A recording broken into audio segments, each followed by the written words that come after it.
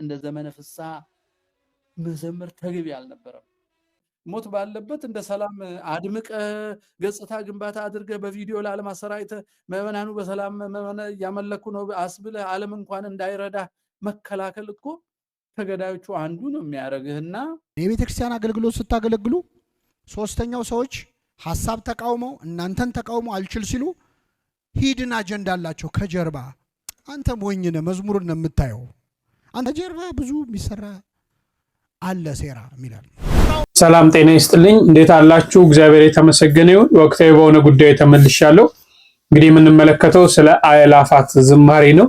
መቼም አጀንዳ ትጡ የተባልን ይመስል እንግዲህ በየጊዜው በሚነሱ ራሳችን በመናደርገው ነገሮች ላይ በቤተክርስቲያናችን ዙሪያ ሰፊ ሐሳቦች እየተሰጡ እርስ በርሳችን እየተከፋፈልን አንድ ሆነን ዛሬ ወደ ቤቱ መቅረብ፣ አንድ ሆነን ዛሬ ወደ ንስሐ መግባት፣ አንድ ሆነን ዛሬ የክርስቶስን ሥጋና ደም ተቀብለን ምሕረትን መለመን ባለብን ሰዓት በተለያየ ሐሳብ እርስ በርሳችን እየተከፋፈልን እንገኛለን። እጅግ በጣም ይሄ በዚህ አዝናለሁ። ኦርቶዶክሳውያን ሆነን በተለይ በቤተክርስቲያን በሚደረጉ ስርዓቶች በቤተክርስቲያን ውስጥ በሚደረጉ ነገሮች አንግባባምና እስቲ ስለዚህ ነገር በመጠኑም ቢሆን እንመለከታለን። እስከ መርሐ ግብሩ ፍጻሜ አብራችሁኝ ቆዩ።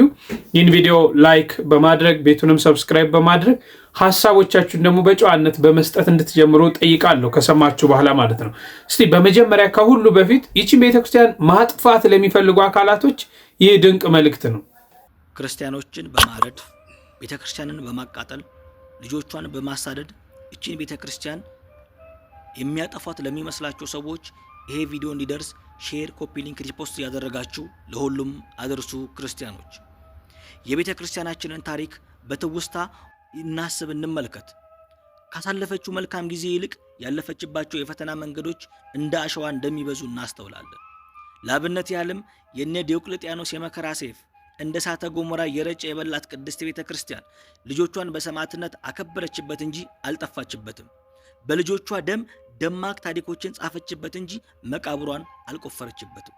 በተለያዩ ዘመናት በዓለም ሁሉ የደረሰባት ግፍና መከራ ሁሉ የልጆቿን መንፈሳዊነት ያረጋገጠ፣ ርትዕት ብለን እንድንጠጋት ጉልበት የሰጠ፣ እየሞትን ኃይል እንድናገኝ በስማም ብለን ከሰይፍ ጋር ያለ ፍርሃት እንድንፋጠጥ አደረገን።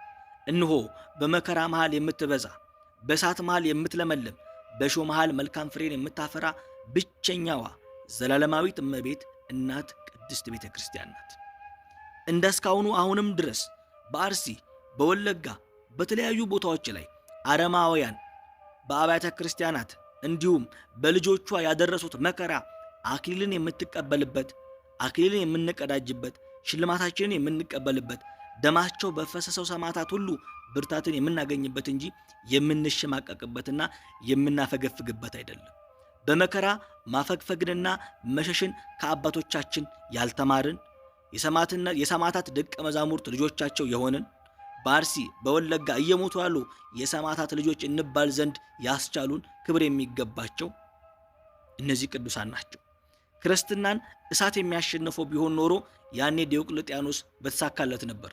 ክርስትናን መግደል የሚያሸንፈው ቢሆን ኖሮ አይሁዶችና ሮማውያን ኮሚኒስቶችም ድል በነሱት ነበረ።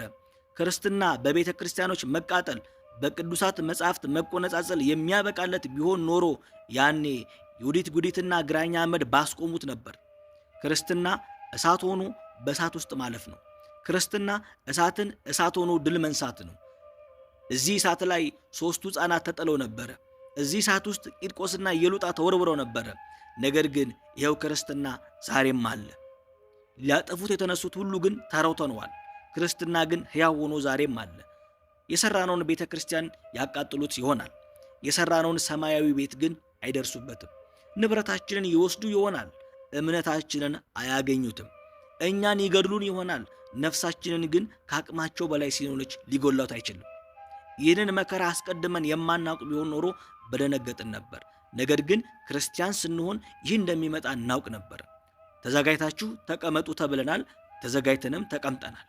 ቆንጨራና ቦምብ፣ መትረየስና አዳፋን እኛ እንይዝም። እኛ በጠጠር ጎልያድን የሚረታውን ይዘናል። በጩኸት ሳይሆን በዝምታ ኢያሪኮን የሚንደውን ይዘናል። በውካታ ሳይሆን በእርጋታ የሚሰራውን ይዘናል። እነርሱ ሲጮሁ ከአጋንንት ጋር ያውካሉ፣ እኛ ግን ዝም ስንል ከፈጣሪያችን ጋር እንነጋገራለን። ዛሬ በምድር ላይ የለኮሱት እሳት ብዙዎች በሰማይ እነርሱ ይቀበሉታል፣ አይቀርም። አምላካችን ዝም አይልም። እንገደላለን ግን እናሸንፋለን። እንቃጠላለን ግን እንለመልማለን። እናጣለን ግን እናገኛለን። እቺ እናት ቅድስት ቤተ ክርስቲያን በክርስቶስ ደም የተመሰረተች ናትና የገሃነም ደጆች ከቶ አይችሏትም የተባለላት እናት ሕይወት የሆነች ቤተ ክርስቲያን ናትና ማንም ሊያጠፋት አይችልም። መሰረቷ የክርስቶስ ደም ነው። መስራቿም ራሱ ክርስቶስ ነው።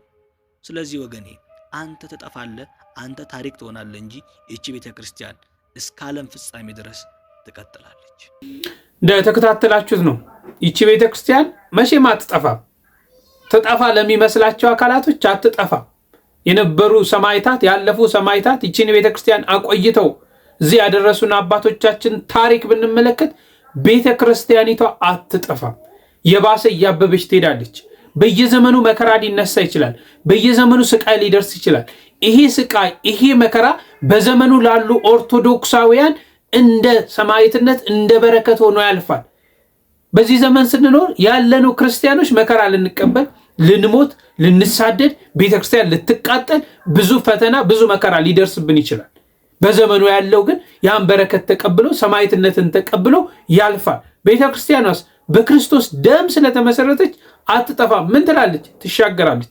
ዛሬ ኦርቶዶክሳውያን ካህናትን ቢገድሉ የሚጨርሱ የሚመስላቸው ከሆነ ተሳስተዋል። አያልቁም። ካህናቱ በዛ ዘመን ሰማዕትነትን ተቀብለው ሄደዋል። ምዕመናንን ቢገሉ ያቺ ቤተክርስቲያን አትጠፋም። አይደለም ዛሬ፣ ትላንትና በነ ዮዲት ጉዲት በነ ግራኝ አህመድ ቤተክርስቲያንን ለማጥፋት የተደረገውን ብትመለከቱ እነሱ ጠፍተው ዛሬ ታሪካቸው ጥቁር አሻራ ለብሰው ስማቸው እየተነሳ በመጥፎ ስማቸው እየተነሳ አሉ። ቤተክርስቲያኒቷ አለች እኮ አላጠፏት። እነሱ ግን ስማቸው በምን ይነሳል? አዎ። ስለዚህ ቤተክርስቲያናችን አትጠፋም። ይህን በደንብ ማሰብ ያስፈልጋል። ባርሲ ወገኖቻችን ይሞታሉ፣ ያሳዝነናል። ለምን ሰማዕትነትን ይቀበል? ለምንድን ነው በሚኖሩበት ቄም ይገደሉት? ይሄ ያሳዝነናል። ለነሱ ግን ምን ሆኖ አልፏል? በረከት ሆኖ አልፏል። ለነሱ ግን ምን ሆኖ አልፏል? የህይወት አክሊልን የሚቀናጁበት ሆኖ አልፎላቸዋል። ስለዚህ ይህቺ ቤተክርስቲያንን እናጠፋለን እያሉ በየቦታው ለሚገሉ አካላቶች ቤተክርስቲያኒቷ ምን አትልም፣ መቼም አትጠፋም። ለምን? በክርስቶስ በእውነተኛው ደሙ ላይ የተመሰረተች ስለሆነች ማለት ነው። እሺ ወደ አጀንዳችን እንመለስ። ለሁለት ከፍለን እንመለከታለን። እንግዲህ ስለ አእላፋት ዝማሬ ባይዘዌ አደራ በኔጌቲቭ እንዳትመለከቱት ነገሮችን ማለት ነው። ለቤተ ክርስቲያን ካላቸው ቀናይነት ነው እኔ የምረዳው። ሁለት ነገር አለ እንግዲህ አእላፋት ዝማሬ የዘንድሮ ዝማሬ ጥቁር ተለብሶ የአርሲ ወገኖች እየታሰቡ ነጭ ለብሰን የምንዘምርበት አይደለም። መከራ ውስጥ ያለ ነው ሲሆን በመስቀል አደባባይ ተብሏል። መደረግ የለበትም ሌሎች አጀንዳዎችን ከጀርባ ይዞ ነው የሚለው አንድ ጎራ አለ። ሁለተኛ ደግሞ ማድረግ አለብን። ለምንድን ነው የምንተወው? አእላፋት ዝማሬ እኮ ዛሬ አይደለም የተጀመረው። አእላፋት ዝማሬ ከመጀመሩ በፊትም ኦርቶዶክሳውያን መከራ ፈተና ይደርስባቸዋል። ለምንድን ነው በጌታ ልደት ጥቁር የምንለብሰው? ጥቁር መልበስ የለብንም። ነጭ ለብሰን መውጣት አለብን። ጥምቀትን የቅዱስ ገብርኤልን በዓል ስናከብር ነጭ ጥቁር ለብሰን ነው ወይ የሚል ለሁለት የተከፈላል። ይሄም ግን ሁለቱም ስለ ቤተ ክርስቲያን በማሰብ ብዬ ነው የምወስደው።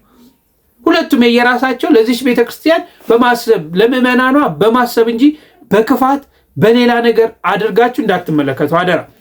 ስለዚህ በዚህም ዲያቆን ሄኖክ ኃይሌ በአንድ ወቅት የሰጠው ሀሳብ አለ። እሱንም አስቃኛችኋለሁ። እስቲ ከሁሉ በፊት የአእላፋት ዝማሬ በዚህ አይነት መንገድ ነው መካሄድ አለባቸው የሚሉ አካላቶች የሚሉትን እንስማ።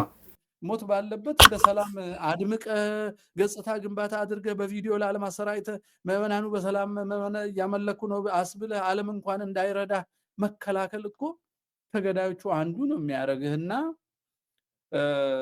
የኦርቶዶክስ ቤተክርስቲያን ይመለከተናል የሚሉ አስተዳዳሪዎችም ካህናትም ሰንበት ትምህርት ቤቶችም አባቶችም ስለ እልቂታችን በያሉበት ሀገር ሁኔታና ሕግ መሰረት ማቅረብ፣ መናገር፣ መግለጥ መጀመር አለባቸው። 38 ዓመት እልቂት ደከመን፣ በቃን። የሆነ ቦታ መቆም አለበት። ልጆቻቸውን አታደንዝዙ። ሰንበት ትምህርት ቤትና ማህበራት አታረሳሱ። መናገር ካልቻላችሁ ሁኔታው የማይፈቅድላችሁ ከሆነ ነጭ ለብሳችሁ አትጨፍሩ፣ ጥቁር ልበሱ፣ እዘኑ፣ አልቅሱ። በእግዚአብሔር በኩል ተናገሩ። ለዓለም ባትናገሩ ለእግዚአብሔር ተናገሩ። ምንም እንዳልሆነ አታስመስሉ። ብልጭልጭ ፖስተር ለጥፋችሁ ህዝብ አታሳስቱ። ይሄን ነው ማለት የምንችለው። ሌላ ምንድን ነው?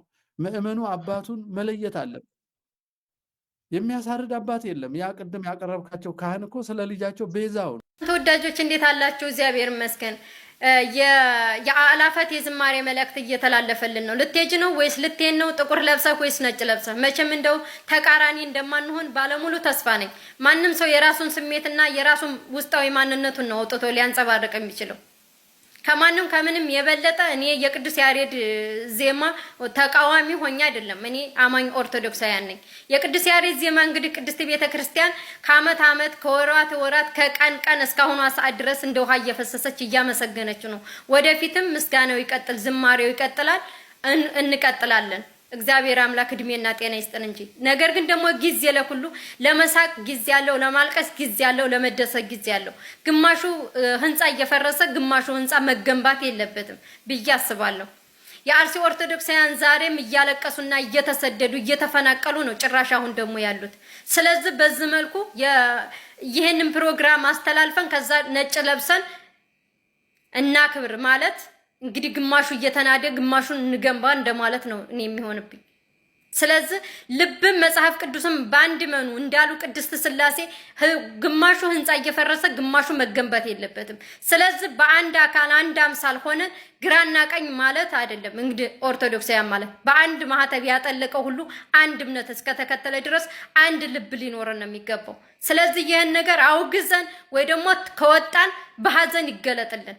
ምክንያቱም እኛ ኦርቶዶክሳውያን በየትም ቦታ እስከ ከውስጥ እስከ ውጭ ድረስ ከመሰደድ ድረስ ማህተባችን እያሳደዱ ግፍና መከራ ጭንቀትና ሐዘን እየደረሰብን ስላለ ሁላችንም ይሄን ነገር ተቃውመን ከወጣን ደግሞ በሐዘን ይገለጥልን። ጥቁር ለብሰን 2014 ቅድስት ቤተክርስቲያን ሄደን ጥቁር ለብሰን እንዳከበር ነው ሁሉ ማክበር ልበለው ሃይማኖታችን ስታስገብ እንዳከበር ነው ሁሉ አሁንም ደግሞ ጥቁር ለብሰን ጥቁር አሸርጠን በዛው ልክ ሆነን ሻማችን ይዘን የሐዘን መገለጫ ይደረግልን። አዎ ዛሬ ካህናትን እየታረዱ ምእመን እየታረዱ የ3 ዓመት ልጅ የ2 ዓመት ልጅ እየታረዱ ከማህፀን ልጅ እያወጡ እያረዱ ምን የሚሉት ምስጋና ነው?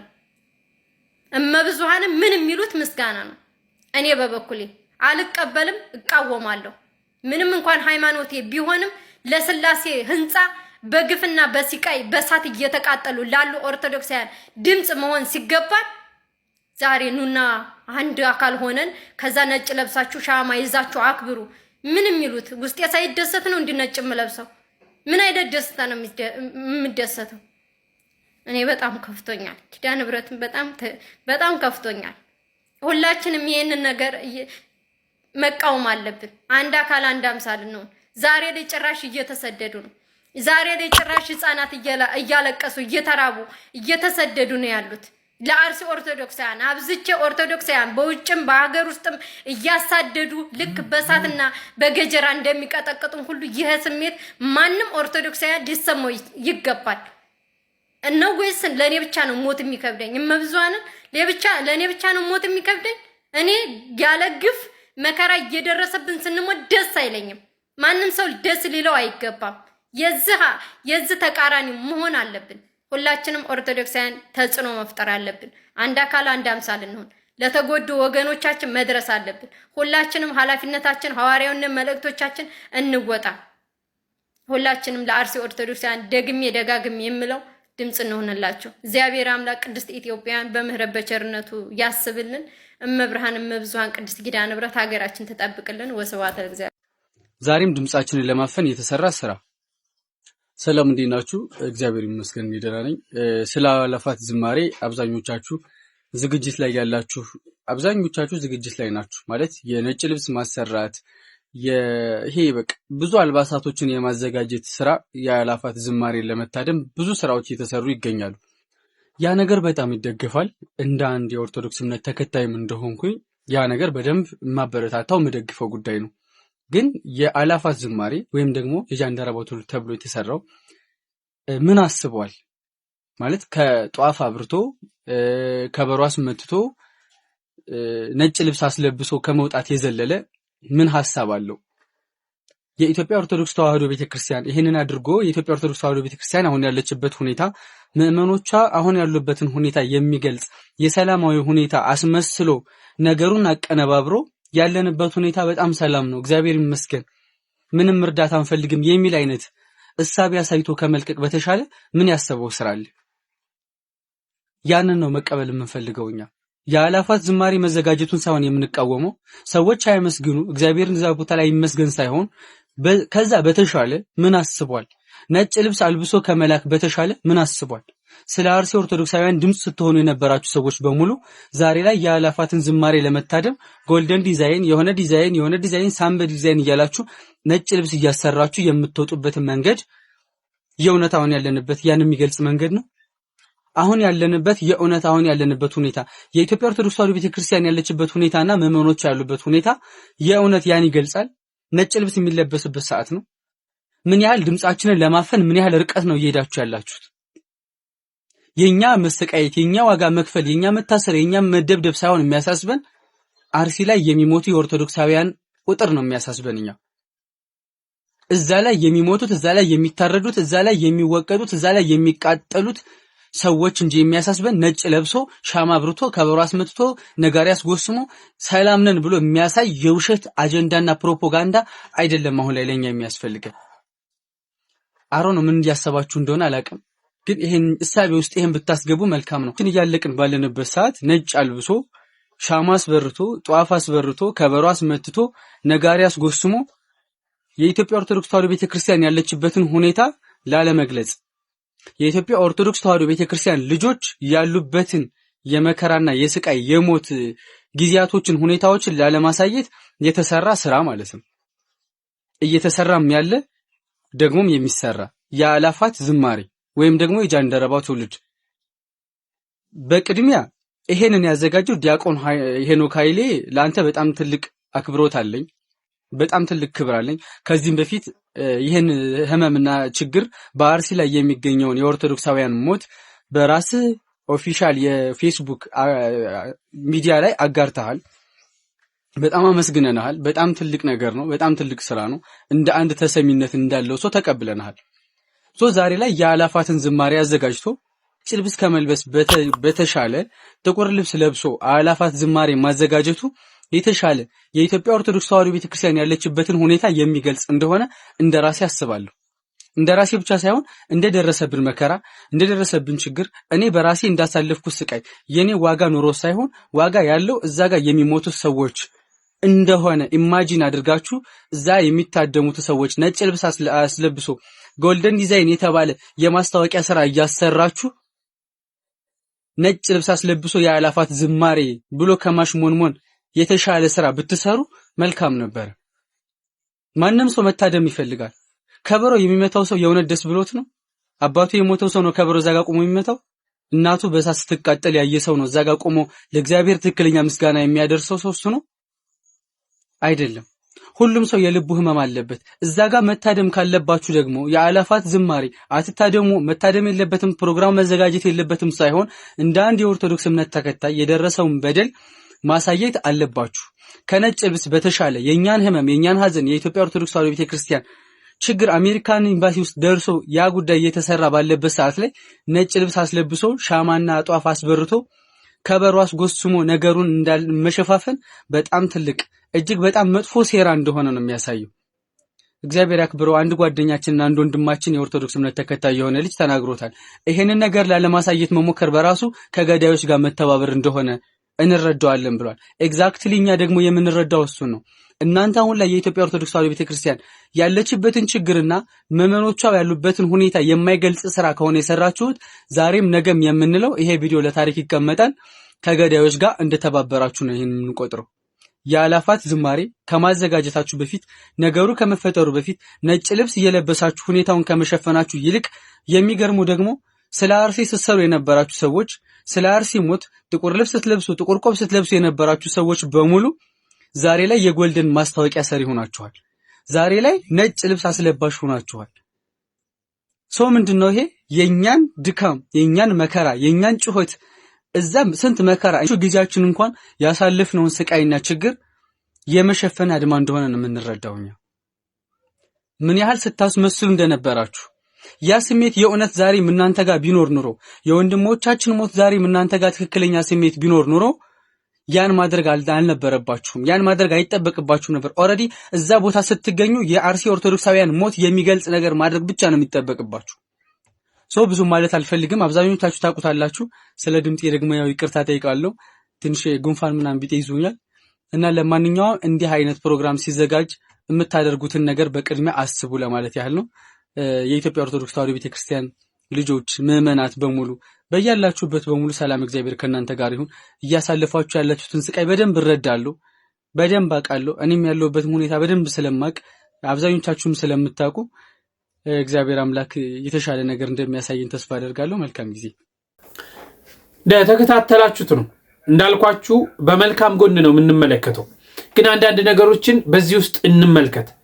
አሁን ይህ አእላፋት ዝማሬ ከመደረጉ ዘንድሮ እንግዲህ 3ኛ ዓመቱ ነው። ከዛ በፊት በወለጋ በተለያዩ ቦታ የኦርቶዶክሳውያን ግድያስ ነበረ፣ አልቆመም። ሲገደሉ ነበር፣ መከራ ሲያዩ ነበር። ዛሬ የአእላፋት ዝማሬ መደረጉ ያንን ያስቆመዋል? መቆሙ ያንን ያስቆመዋል ወይ እንዴ? ትላንት የዛሬ ዓመት አስታውሳችኋል እንዴ? የአእላፋት ዝማሬ እኮ ሲደረግ መንግስት እኮ ዘግቦታል። ኢቲቪ፣ ፋና፣ የተለያዩ አካላቶች፣ የተለያዩ ትላልቅ ሚዲያዎች እኮ በቦሌ መድኃኔዓለም ተደርጓል ተብሎ እኮ ያ ሁሉ ህዝብ ባለበት እኮ ተዘግቧል አይደል? መዘገቡ እኮ አልተወም፣ አላስቀረውም ይህንን ነገር። ስለዚህ ዛሬ ለምንድን ነው በክርስቶስ ልደት ነው ባይዘዌ በዚህ በልደቱ በዓል እንኳን እኮ ሮብና ዓርብ እንኳን ሲውል እኮ የጾም ምግብ እንድንበላ ፍስግ ሆኖ እንድናከብረው እየተደረገ ነው እኮ።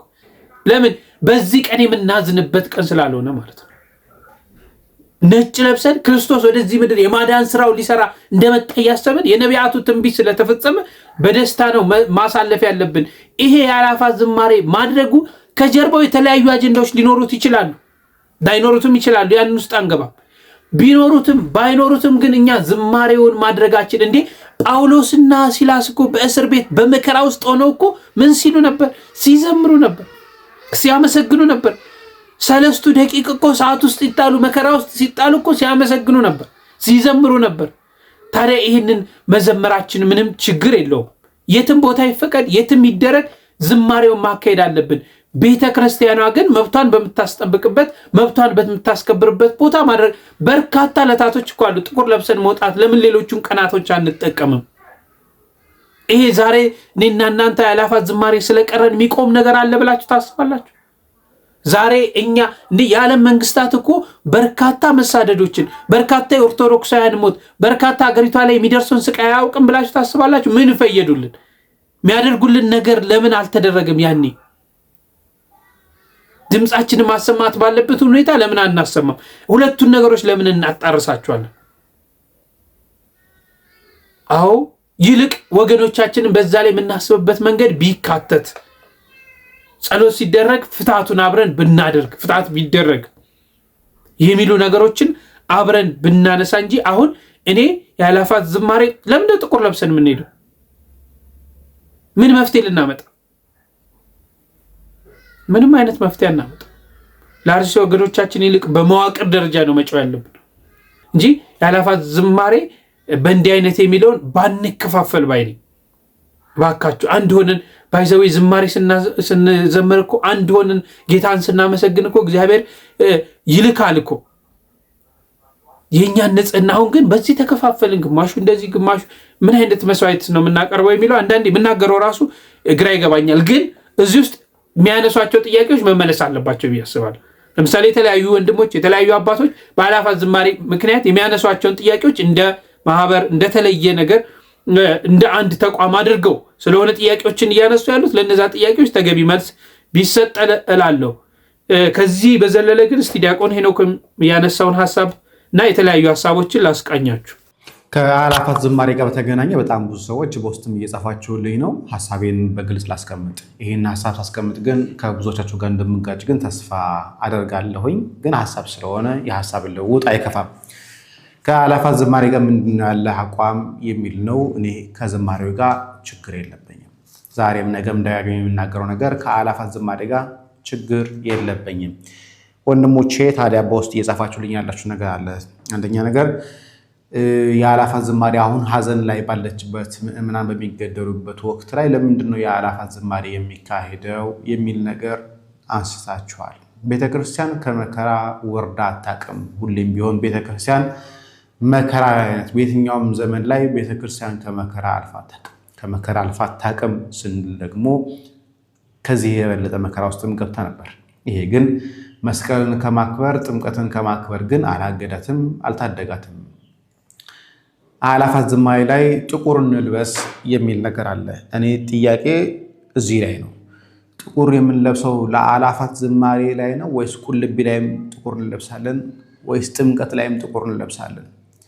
ጥምቀት ላይም ቁልቢ ላይም ሌሎች የንግስ በዓላት ላይም አሊያም ደግሞ ቤተክርስቲያን ስንሄድ ጥቁር ማናደርግ ከሆነ ለምንድነው የአእላፋት ዝማሬ እየተፈለገ ያለው? የአእላፋት ዝማሬ እኮ በዓለም ደረጃ የሚሰራጭ ነው ካላችሁ፣ ኦኬ ጥምቀትም እኮ በዓለም ደረጃ የሚሰራጭ በዓል ነው።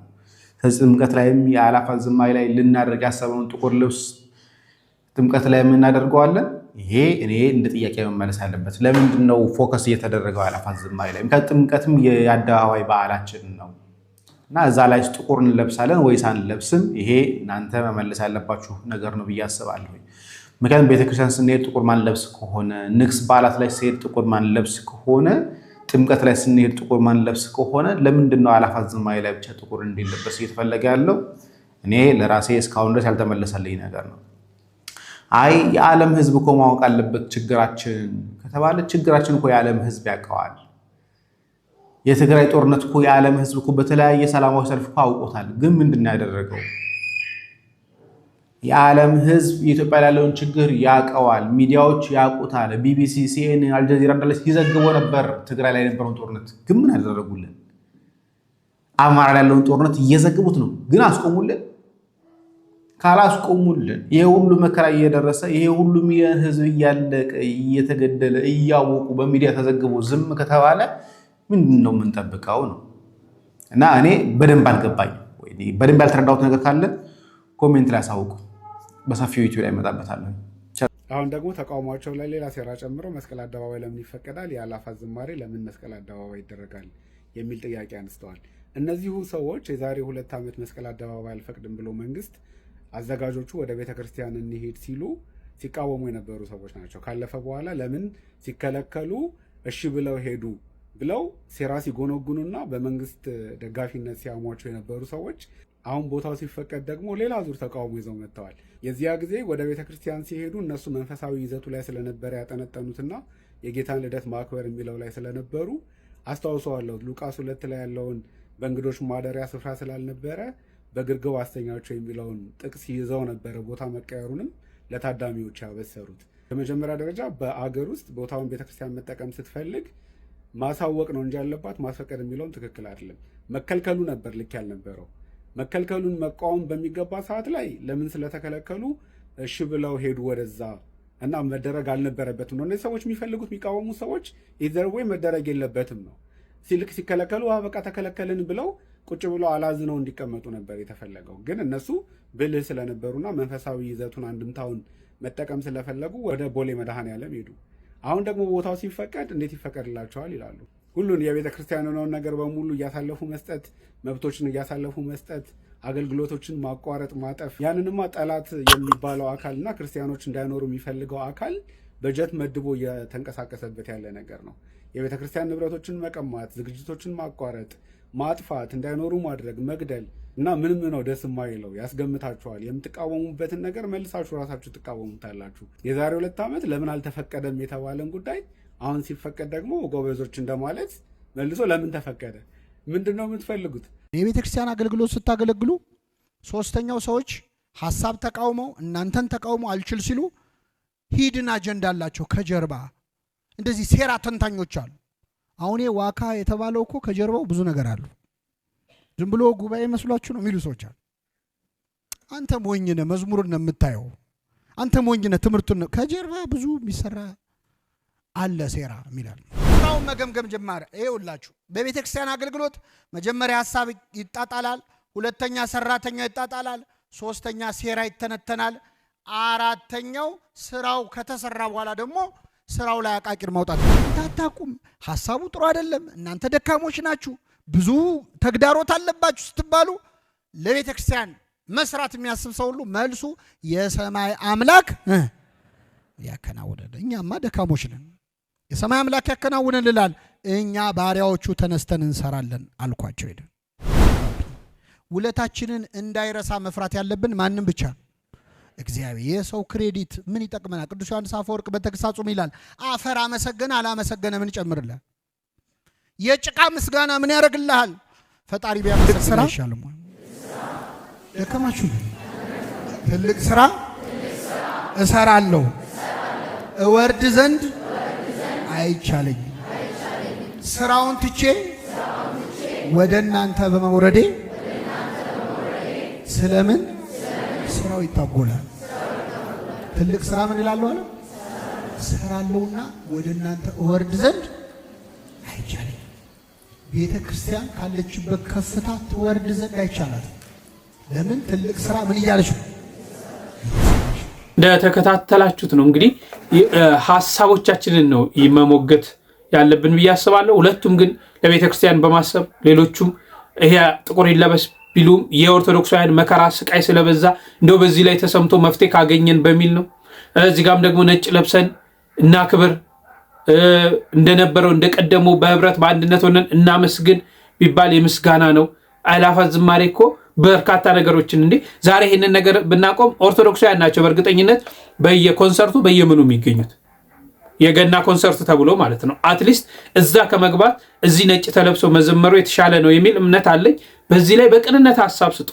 በቅንነት በጨዋነት ለሚጠቅም ለኔም ለሌሎቻችንም የሚጠቅሙ ሐሳቦችን በጋራ እናንሸራሽር ለማለት ፈልጋለሁ። አብራችሁ እስካሁን ስለነበራችሁ እጅግ አከብራችኋለሁ። ቸር ቆዩልኝ።